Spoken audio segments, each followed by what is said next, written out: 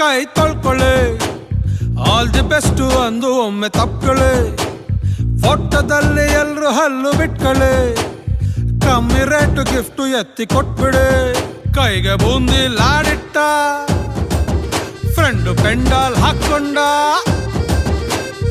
ಇದ್ದೊಬ್ಬ ಗೆಳೆಯಾನು ಹೊಂಟೋದ ಲೈಫಿಂದ ಡುಮ್ ಡುಮ್ ಡುಮ್ ಡುಮ್ ಕಟಕ ಡುಮ್ ಡುಮ್ ಡುಮ್ ಡುಮ್.